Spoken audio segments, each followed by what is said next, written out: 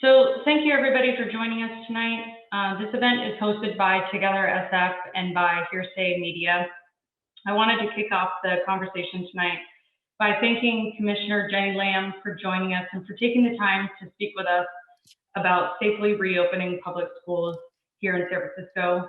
As many of you are aware, we had originally intended to have a conversation with both Commissioner Lamb and with Board of Education President Gabriela Lopez. Unfortunately, I received a message from President Lopez this afternoon that she's focused on reopening and won't be able to join us for this conversation. President Lopez did let me know that she'll be available in the coming weeks once that's achieved, and that we look forward to having her come and join the conversation in the future. So my name is Margot Kelly, and I run a civic engagement nonprofit here in San Francisco called Together SF. And Together SF is the fastest growing network of civically engaged doers here in the city. And, you know, I've lived in San Francisco for 13 years, and for 10 of those 13 years, I worked for the city of San Francisco. And I left that job and I left that pension, more importantly, to work at Together SF recently in August, because I wanted to create a platform for everyday residents like yourself to be able to plug in, to meet like-minded people, and to mobilize their networks to be able to make change. And even though tonight we are on a webinar, we at Together SF believe that we really can't do governance and politics through observation. We have to participate. So if you are feeling alone, you're not the only one, but you don't have to do it alone. Together SF can help you to grow your network, to mobilize that network, to get involved and to make change together. So we are here to help you. So I just want to set some intention for the next hour and to go over a code of conduct. I know that tensions are running really high right now. This is a very tense time and a very important topic. We plan to provide a conversation that is extremely valuable and provide a lot of useful information about reopening, and also, most importantly, give you all a chance to be able to ask questions. So I would just say, you know, we're going to use the chat in the Zoom to be able to submit questions, but please be respectful to Commissioner Lamb. Please be respectful to each other and to the larger San Francisco community. We're all working really hard to try to make San Francisco better, so be respectful of each other. For the format for this event, as I mentioned, Sophie Bierman, who is our moderator tonight, who's the Director of Media and Content at Hearsay Media. She's going to lead us through a series of questions for the Commissioner to answer. And then the second half of our event, we're going to take questions from all of you. So please put them into the chat so that we can grab them and field them to Commissioner Lamb. With that said, thank you again, Commissioner Lamb, for joining us. Thank you, Sophie Bierman. And I'll hand it over to you, Sophie, to introduce yourself and get us started. Great. Hi, everyone. Good evening. So thank you, Margot, for that introduction, and thank you, Together SF, for bringing me on to moderate this very important conversation. As Margot said, my name is Sophie Bierman, and I'm a journalist with Hearsay Media. We're a news outlet in San Francisco covering politics and policy through written stories, video, and audio. And I personally have been covering the school reopening story, and so am very, very pleased to be here tonight moderating this one-hour discussion about school reopening in our city.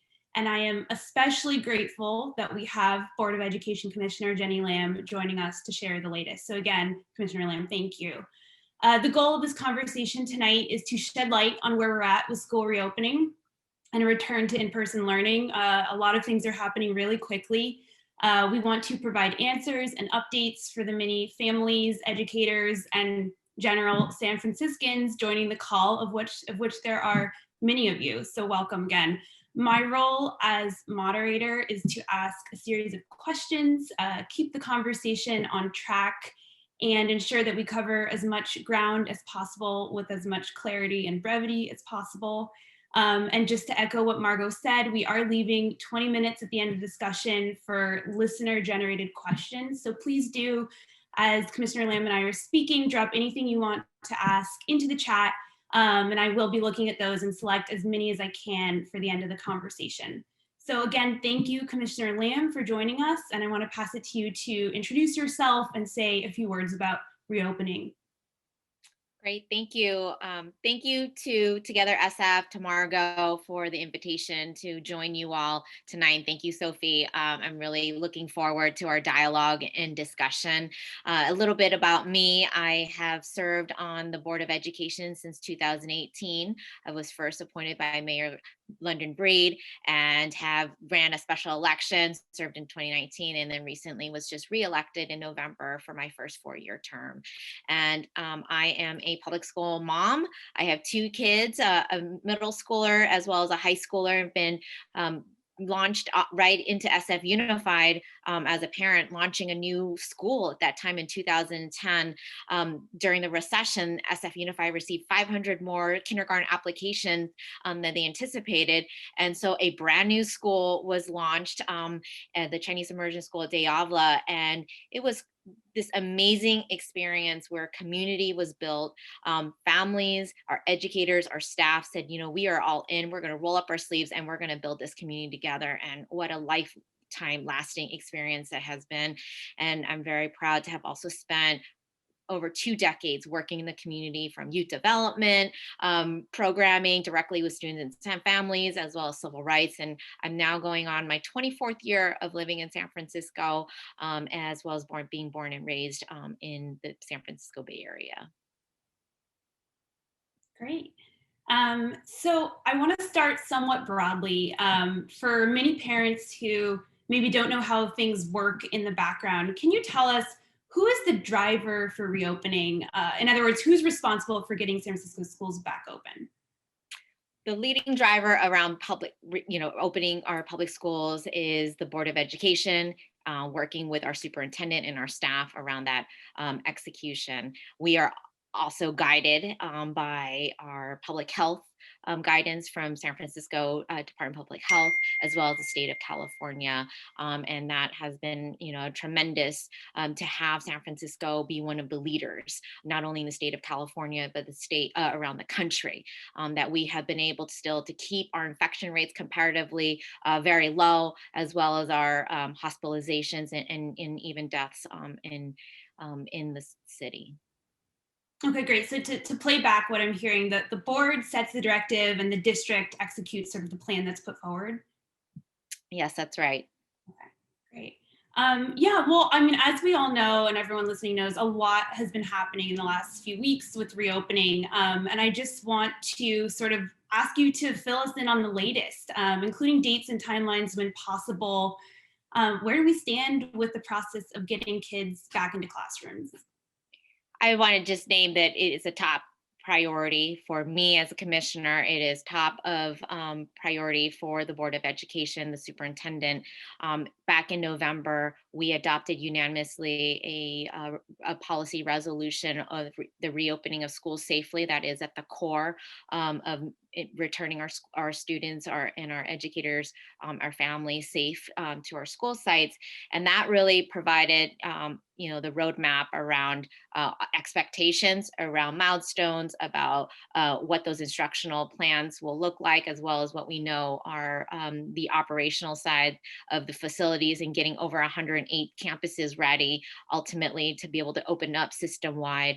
So that's really was a very important policy, and I want to recognize so much anxiety and anguish and frustration about the speed and the scope, but just know that we are advancing, we are making the progress, and that for example, just in the last couple of weeks, you probably heard about the tentative agreement between our labor partners around the health and safety guidance, which is really important.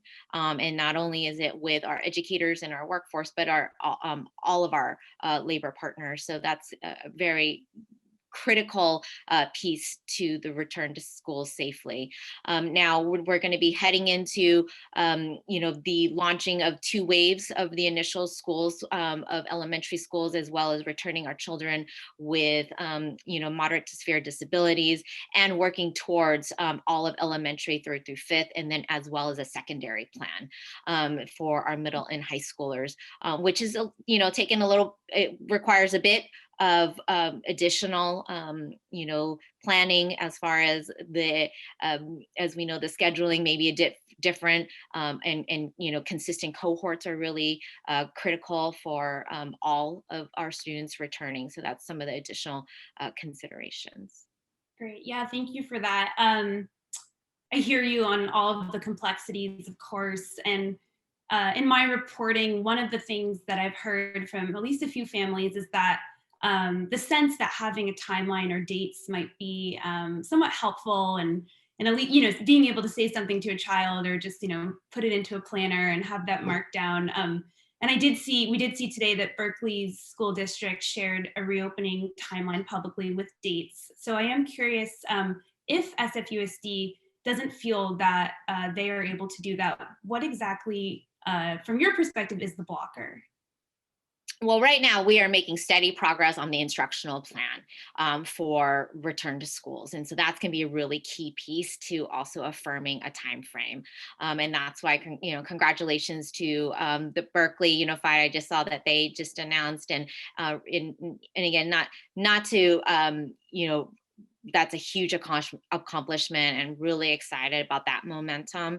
And that for us here in San Francisco, we're making steady progress. Our labor partners meeting with the district consistently every day, and to really get to what we know is going to be imperative for the learning of our children. We know our children learn best when we're in person, and that we know that after a year, I have 2 teens. I have an 8th grader and I have an 11th grader, right? And I experience it, see it firsthand on a daily basis about how this pandemic has affected our children, it's affected our communities, and the real consideration around, as the pandemic continues to work through the infection. And we know how to do this, right? We know in San Francisco how to do this safely. From our early child care centers have been open since the spring, as well as our community hubs, which have been a big resource, and in those learnings, and as well as looking at other models across the country, to be able to glean what we know has been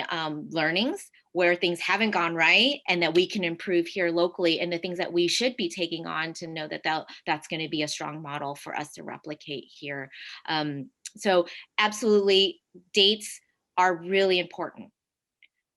I recognize that. Like I said, as a parent, that is critical for planning. We know that families right now, particularly women, working professional women, are being most impacted economically, in addition to, of course, our children, around the considerations of, as the pandemic continues to be in our communities. And so in the coming, like I said, there's steady progress and around that instructional plans, and then we will then be able to set those dates. I think part of it is, as well as, when we put dates out there, we want to make sure that we adhere to them, because that is also a very disappointing when we were unable to, we had put some initial dates and we're unable to meet those. And that also sets up, particular expectations, and I hear from children, young people too, and students, right, that they have, that. Yeah, I do want to just jump in, Commissioner Lamb, though. So it sounds like the biggest blocker then, just to go back to my question, you're saying are the instructional plans. Is that the holdup before dates can be set?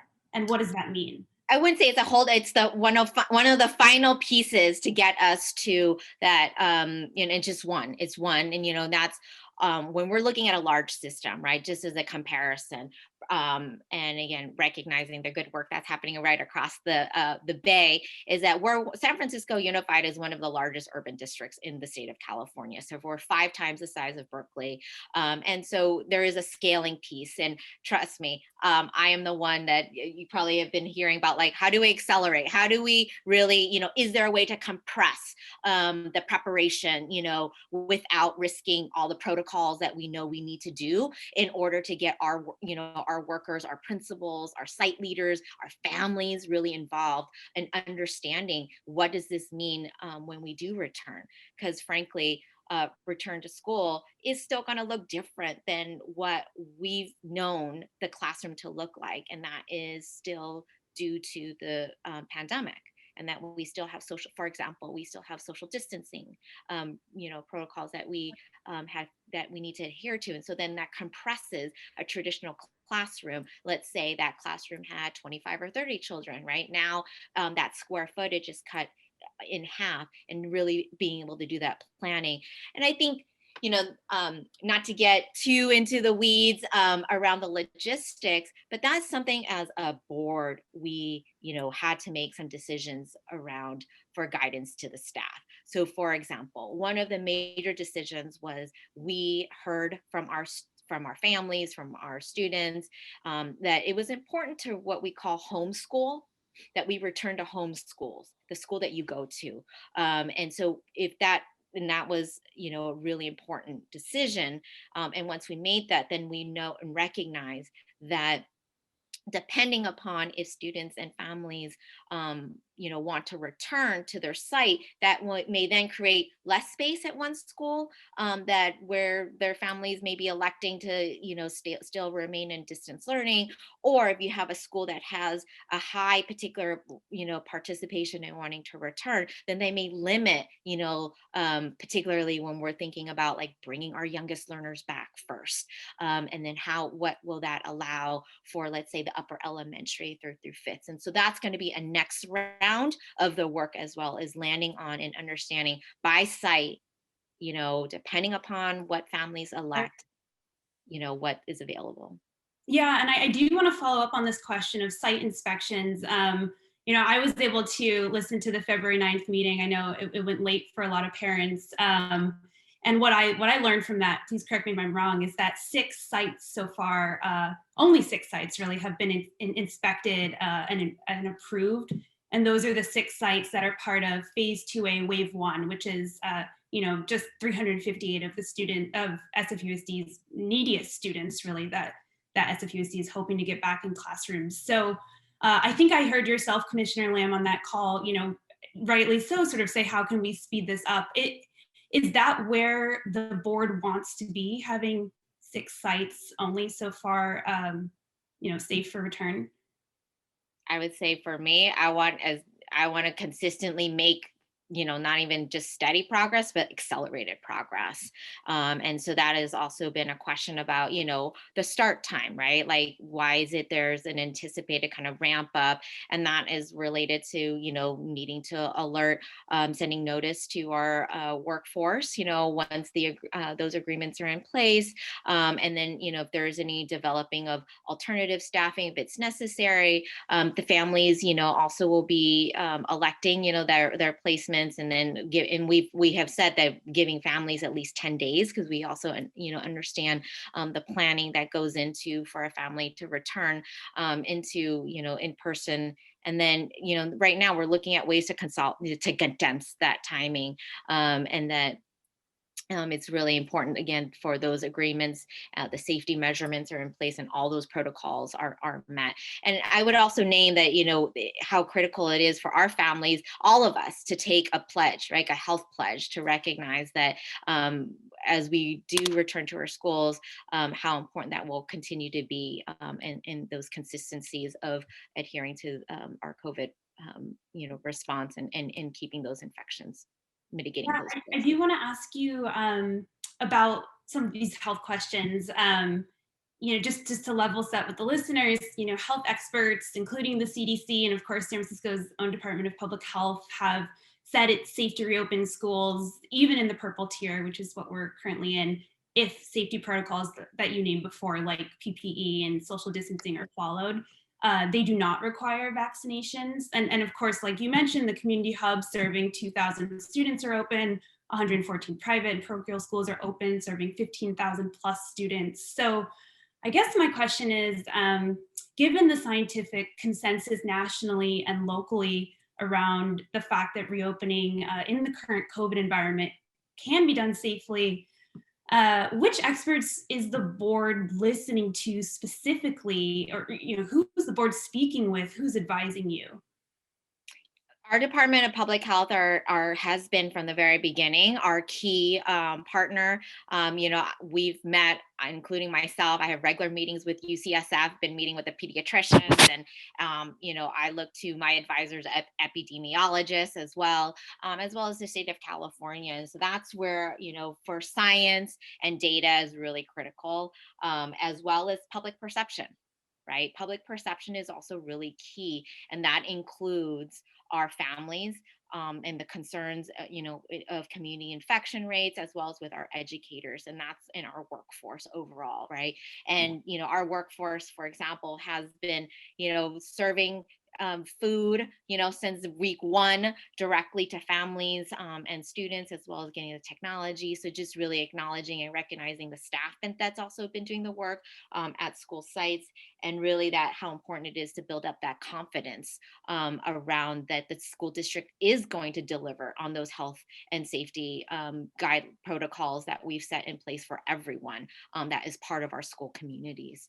And from my perspective, it's not just like once we get the sign off for every, application of that school and we say that we're ready, that there also needs to be consistent follow-up, right? How do we know that we are staying true to all the health and safety guidelines that we've set, and that the training is also met?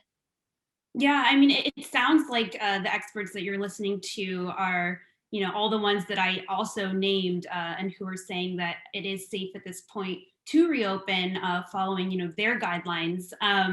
You're touching on a dichotomy between what is safe and I think what feels safe, which is a really complex, interesting question. But what role does the Board of Ed then play in educating, your community and constituents on what is safe?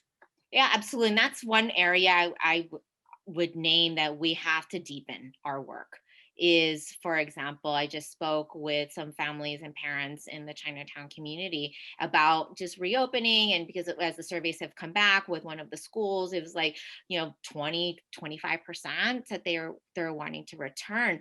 And what came out of that discussion was that it was really clear that our families in their minds have not been keeping up with the rapid changing information, and to understand like this is what the classroom is going to look like. This is how we're holding that health and safety concerns in the forefront, and that to build that confidence and trust, so that families can know like, and we're going to be adhering to, the guidelines that San Francisco has set for our schools to return safely. And there's a lot of community education that needs to continue. And that is why, I was thrilled to get invited to be able to speak with you all, because it's also about how do we communicate as a school district? It is clear we need to do better. We need to do better in so many areas, including the communication. How do we make that information accessible? How do we make it timely? And how do we, communicate with our families throughout the city? Absolutely. In the November 9th meeting, I was listening to a conversation that centered around this idea that, reopening is on the agenda often as the last item, and that can be sometimes 7 or 8 hours into a very long meeting. And everyone, including, of course, yourself, I imagine, is tired. It seemed like there was consensus among commissioners that that has to change.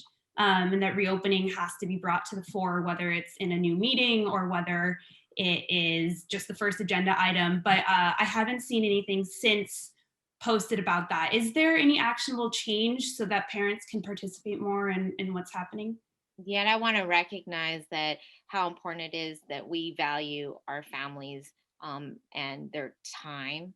That it is clear that we need to restructure. I've named in the resolution that it be a consistent agenda item, that it is standing item on all of our committees, and that, it is clear that we need to really prioritize that earlier into the agenda. And I've heard a commitment from President Lopez to do so. We also can take action on that to recommend, that as board members now to be able to move that up. Yeah, I appreciate your being so candid about all this. And I hate to keep pushing, but that was February 9th, right? And I think one of the questions that I keep hearing from families is what's taking so long?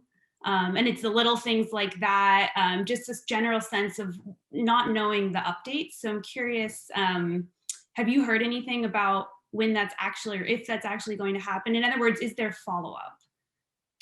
For moving up the structure, yes, and if that is the intention and that is a commitment that has been made, and if not, then I am happy to raise that to making sure that is solidified and adhered to moving forward. And I've heard families and parents loud and clear.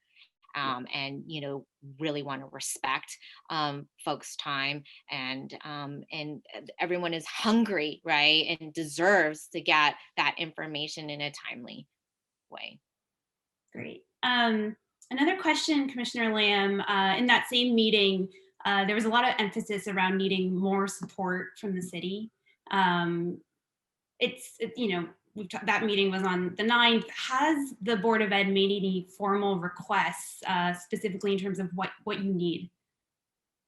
And I just want to recognize that the city has been demonstrating and has been stepping up in so many ways. The fact that Mayor Breed, out of general funds in her budget, allocated $15 million to the school district. Also recognizing that the community hubs, to be able to help support our children most in need during this period of school closures is a huge, asset and resource for our students, and really being able to address, that need for our children who need that supportive environment. And there are some formal asks. One is around the vaccination, as we as a city are moving through our vaccinations of our 65 and plus population, as well as now kind of February 24th, we're going to be heading into the next phase and tiers, and that has been a direct formal ask around vaccination of our educators. Commissioner Lim, what is the ask around vaccinations? Is it a new pop-up center, or is it just to prioritize educators? To be able to prioritize, and then also to, because we are now, as a city, have built up infrastructures through pop-ups or massive, massive vaccination sites like at Moscone Center, at Community College. And, right now, unfortunately, we just got the news, right, that the supply continues to be a major limitation. But I know that is going to continues to be the priority and the charge at the city around the vaccinations. Another aspect is around testing. And I'm happy to go into some of the details around testing, both asymptomatic for for our educators, staff, as well as our students. And that, recently changed as far as coming out of the state of California under Governor Newsom just about 3 weeks ago, announced that if a school district is opening in the purple or red tier, that they need to have student testing available. And that was news. That was new, right? The fact that is that for all this time, both at the local county level as well as the state, that was not a requirement. So then we quickly, as a school district, because there was the desire to reopen in the higher level tiers like red, that we knew we needed to get out and build out an infrastructure for our student and staff testing. It's just unfortunate the agreement that we had with one of the vendors, along with not just SF Unified, but many school districts in the Bay Area. Our vendor proved to be that they had higher false testing, and a letter was sent to the FDA, and so we quickly had to pivot to be able to find. Right now we're actively in an open RFP. It's due next week on the 22nd, and then really hoping to, not just hoping, we need to build out the infrastructure. Absolutely. I do want to circle back a little bit. So there is this tentative labor agreement that we've mentioned a few times. Yesterday, Tuesday, it looked like maybe there'd be a vote on that. That was now pushed till next week. Can you sort of provide a summary, high level of what that agreement looks like? I know, for example, it proposes hybrid learning no more than 2 days a week through July 2022, and there are other sort of deal points. Can you kind of, provide some context on that? The instructional was not part of the tentative agreement. Those are some of the details that are being discussed right now around what those hours of instruction and days may look like. Okay, so maybe clarify what's the difference between those two, and what's in the works? Health and safety are really related to the standards, right? And that included, of course, the vaccinations. Should we return in red tier? If it's an orange tier, we do not. As well as adhering to the basis of the health and safety, but it does not include the instructional of the number of hours per day, how many days in instruction. And just want to name that is also very important to the the district around being able to arrive at an instructional day that really matches what we know is necessary for and important to our students and their learning. Okay, that's so helpful. I think myself included, there's a little bit of confusion around the two MOUs then that are in the works. And on Tuesday coming up, then when the board does meet on those, is it a vote? Or are they still in discussion? Because I have heard from parents that they're concerned about portions of both of those MOUs. I think there's also some details around like the time frame, and it's really important for the tentative agreement, to be able to have a timeline that allowed us to, as the pandemic is also evolving, it's also really important that we're going to be able to be reflective and responsive, right, to those changing health guidelines as well. And so right now, like I mentioned, there's making steady progress. They're in talks every day to reach, with our labor partners are part of. It's a collaboration. It is a collaboration. We cannot do this work without one another. It's really key that we arrive at those agreements and that trust. Yeah. Okay. I'm sorry. I'm trying to understand it myself. So, in other words, these discussions every day. Is there more conversation about this idea to have hybrid learning no more than 2 days a week through July 2022? That's something I've heard a lot, that feels really late. Like you said, the pandemic is changing every day. We may all be vaccinated by then. So is that still iterative, or are things like that likely not to change? Those are all part of the discussion, and that is part of the how bargaining occurs. So those are being discussed. Great. Okay. I just have a few more questions. I know that a lot of parents have been submitting questions and want to participate as well. So I will be wrapping up my portion soon. I guess my last question is, there is a lot of chatter right now around recall efforts. I have heard of at least 3 different groups that have popped up discussing those. And I'm curious, what do you make of that? My focus continues to be serving our students and our families. That is my focus. I was elected by the people of San Francisco. I've served, I have had over 2 decades of this work in the community, and that is my focus. And I will continue to fight for our children, their educational learning, and that's really the top of mind for me. That's what I wake up thinking about every day. That's what that last moment I'm going to bed, that's what I'm thinking about. Okay, great.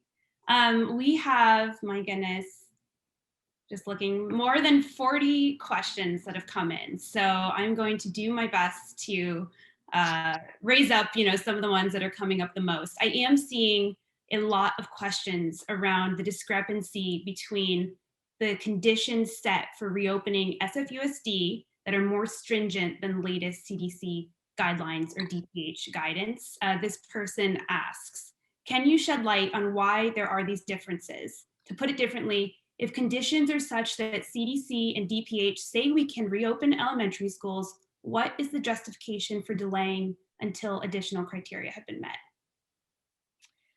Like I mentioned, that the public perception is also really important as we build up confidence, and the community, there is community spread, there continues to be community spread, and that's what's really important too, and acknowledging how we're building and meeting those those safety concerns for our families, for our students, and our workers. Yeah, I see someone here says I'm a union activist, and my question is, and a teacher. My question is, if SFDPH says it's safe to reopen and UASF says it isn't, who do you listen to more? So this is coming up a lot, but let's move to another question. Here's one: how many families have left SFUSD since March 2020? We've gotten some early data. If anything, I just heard about our enrollment, applications were just due about 10 days ago.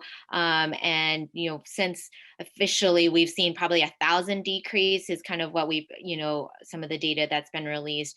And from my understanding around the application was pretty much on par to last year. But I think those are going to, that's what's really going to be in key too, right? And we know that's going to have lasting effects financially, around, and one top of mind is also continue to build confidence in the school districts, in our public schools. That public schools are such an important fabric to our city, and that really acknowledging our students and our families are critical to a thriving city. And so I just want to recognize that that is definitely top of mind. I hear that often, because of the frustration around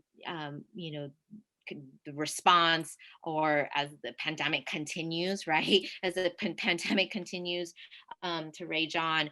But that is something that I think about as the chair of the budget committee, having an eye really on what those fiscal impacts may have, both in the short term as well as the long term. But for me, it's also about ultimately our students, holding our children at that center, and really about what is it that they are undergoing during this time of the pandemic, what is going to be necessary around their accelerated learning, extended learning, and really the extended learning that we know will be necessary, and that we're planning for that now. And we're really, I'm grateful that we have a federal government that is finally, stepping in, providing a vision, as well as our state government around what that recovery is going to look like, not only on the public health side, but but at the core around the educational side for our children. I want to give a minute for our wonderful translators to catch up. And also just a reminder to everyone that we do have live translation. We have 2 translators working in Spanish and Cantonese, and you can access that by clicking interpretation. I believe it's on the lower right of your Zoom webinar window. Okay, so I'm just working through all of these wonderful questions you all have sent in, and here's a good one. Why hasn't outdoor education, holding class in schoolyards, been seriously considered? Or if it has and it has been rejected, what are the reasons why? Yes, actually, that's top, one of the top things. So I, really appreciate the families and parents who are, for example, I want to give a shout out to Jefferson Elementary School. They reached out early on, and they have a plan.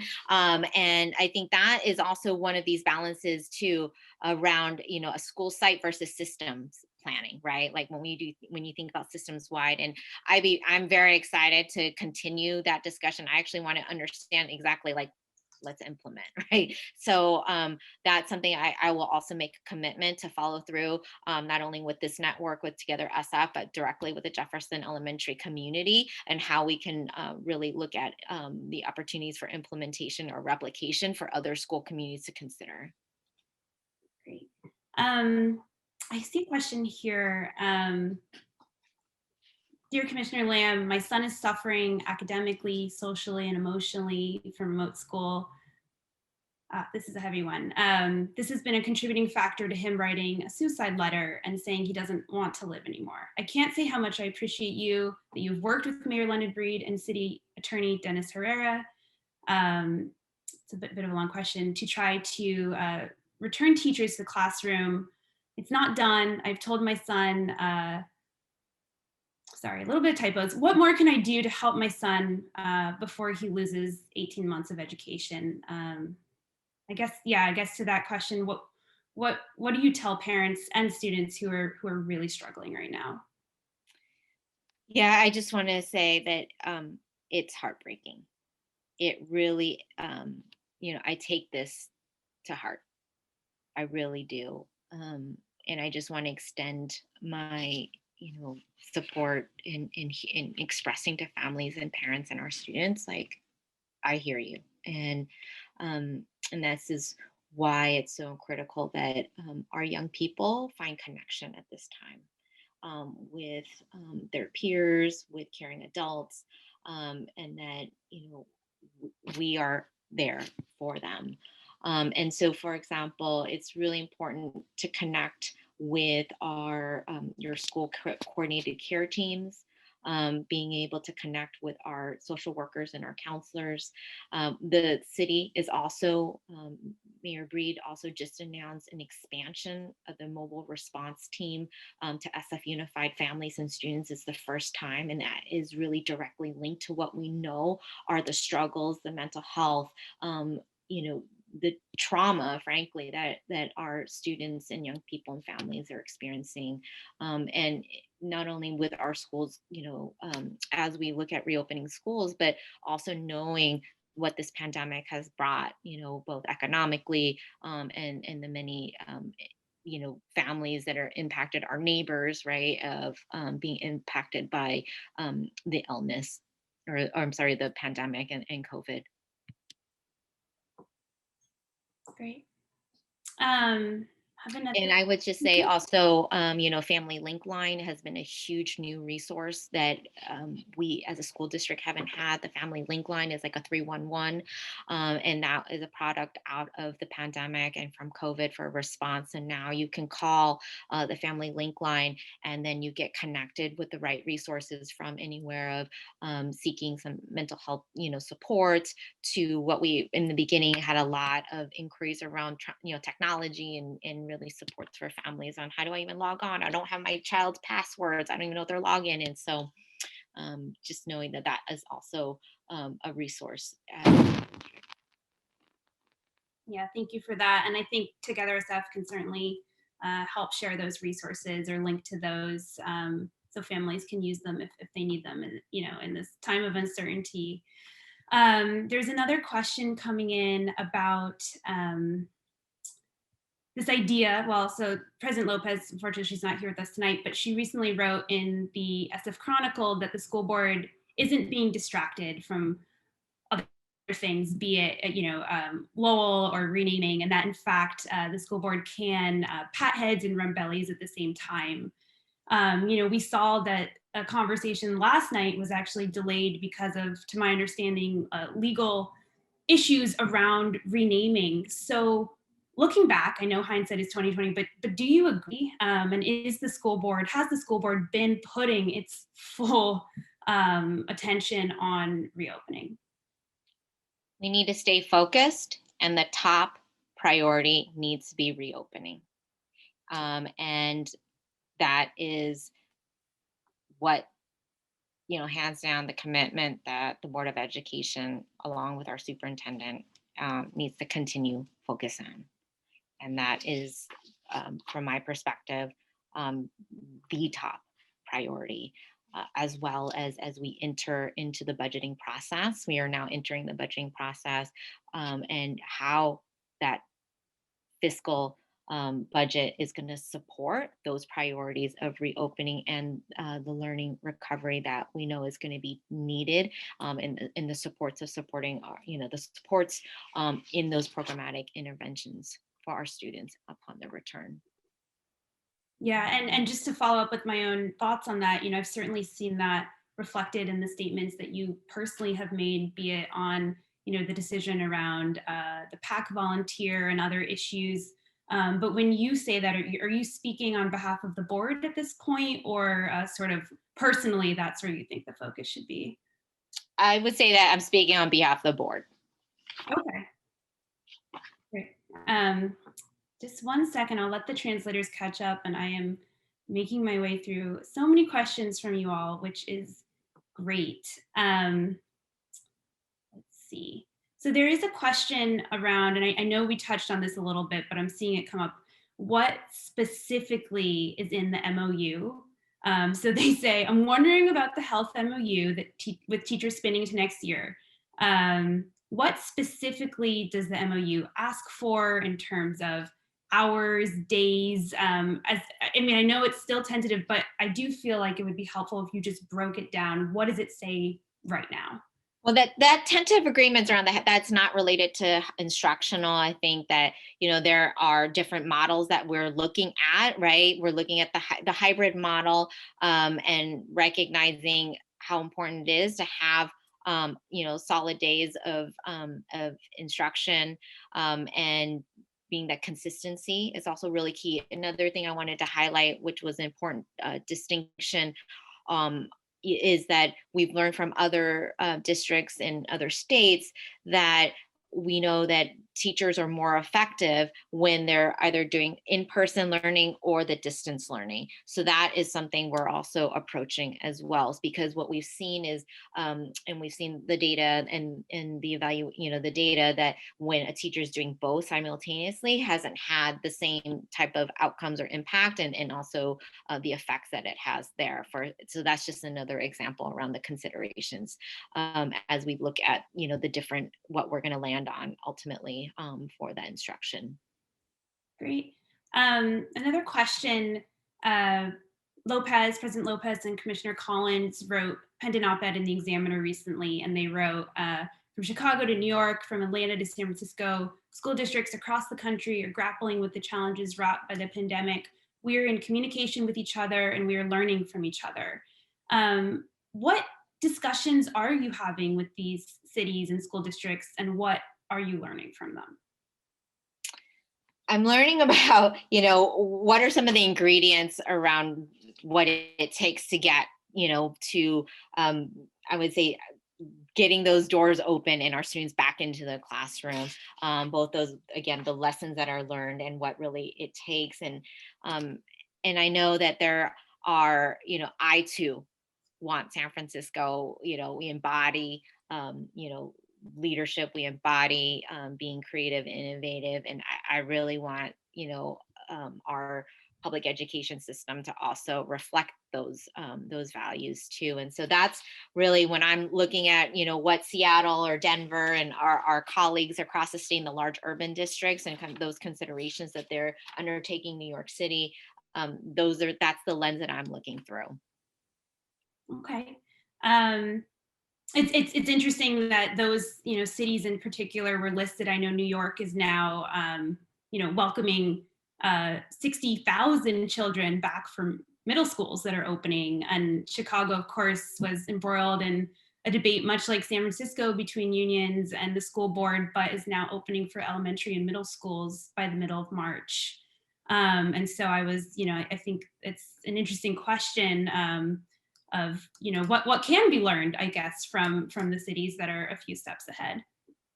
Yeah, and I also wanted to highlight that City of California released their map to be able to see which districts are operating, which will remain distance learning, and I am eager for also our large urban districts, to be able to demonstrate and with our educators and our students and our families around, the time is now, and we need our students back in person learning, and that we're going to have a tremendous road ahead for many years around what that the educational enhanced accelerated learning, it's gonna be needed. And also the supports, that the social emotional learning supports too. That's something that we're also thinking about, and started talking with some community partners around, as we get ready for our young people to enter into the classroom back into in person, what's going to be needed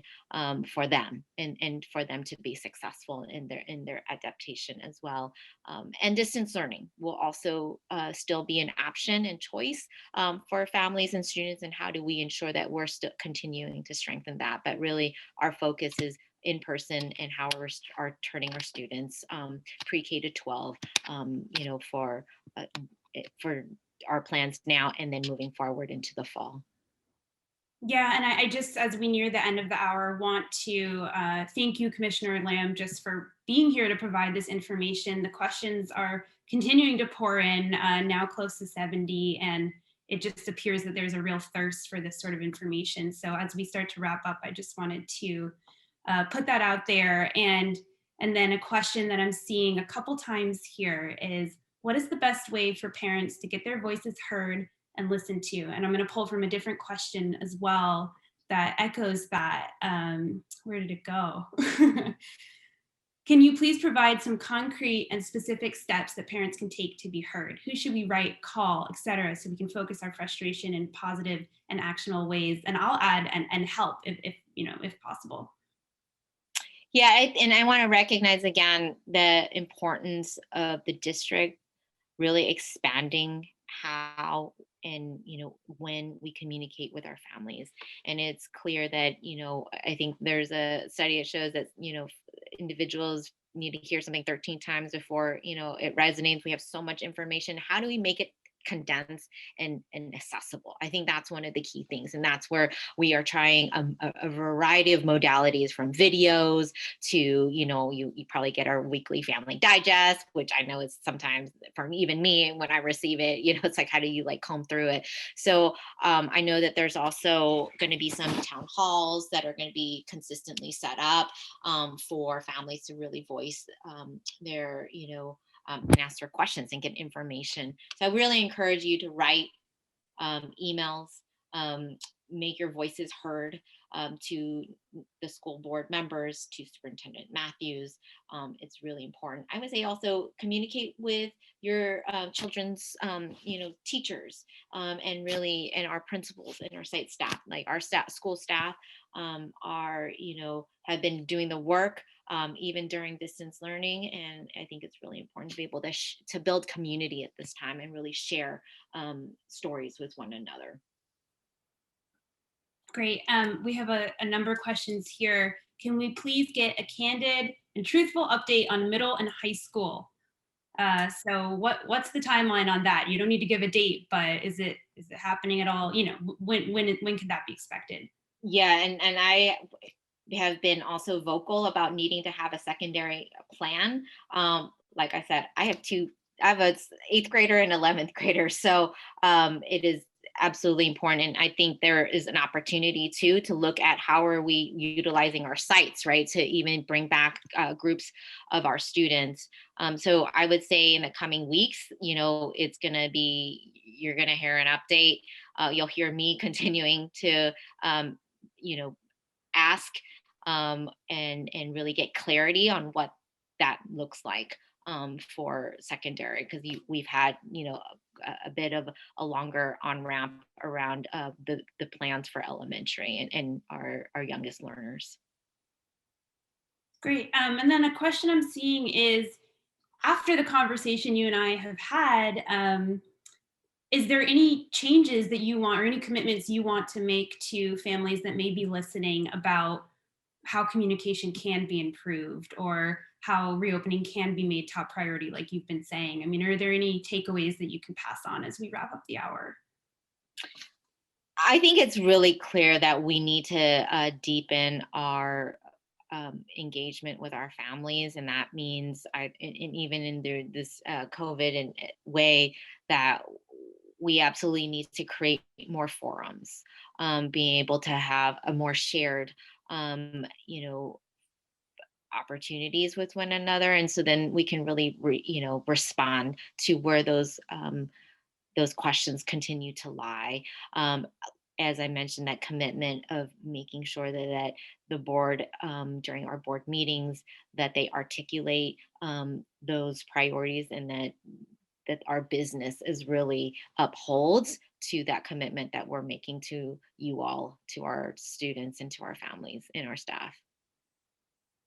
Okay. So, and I welcome dialogue. I welcome, constructive feedback and criticisms. That's how I can be a stronger leader. That's how I can be a stronger representative and commissioner for you all. I'm your Board of Education commissioner. So please share with me, share with my colleagues, share with the superintendent around how we can do better. okay, I'm going to pass it back to Margot, but first, Commissioner Lamb, thank you so much for joining us and talking about all of this. I think I've learned a lot. I'm sure the families listening have. There are also lots of leftover questions, so maybe Margot can help direct where all those can go and who they can expect to hear from. But thank you so much, and Margot, take it away. Yeah, thanks, Sophie, and thank you, Commissioner Lamb, for joining us, and thank you for showing leadership this evening and joining us. We really appreciate it. Sophie, thank you for moderating and for pushing the conversation forward, which is really helpful for all of the people who are participating. So as a next step, as I mentioned, Together SF is a platform for all of you to be able to plug in. If, from this conversation tonight, Together SF can help you to mobilize your networks to actually make change. So we're going to reach out to all of you after this meeting with contact information of how we can stay in contact and how we can continue to work on this issue together. So thank you everybody for joining us. I think this was valuable conversation. I appreciate it. And thank you, Tanya Reyes, for interpreting in Spanish, and Kroll Yang in Cantonese. This was really wonderful to be able to provide this in multiple languages tonight. Thank you, everybody, for joining us, and we'll be in touch.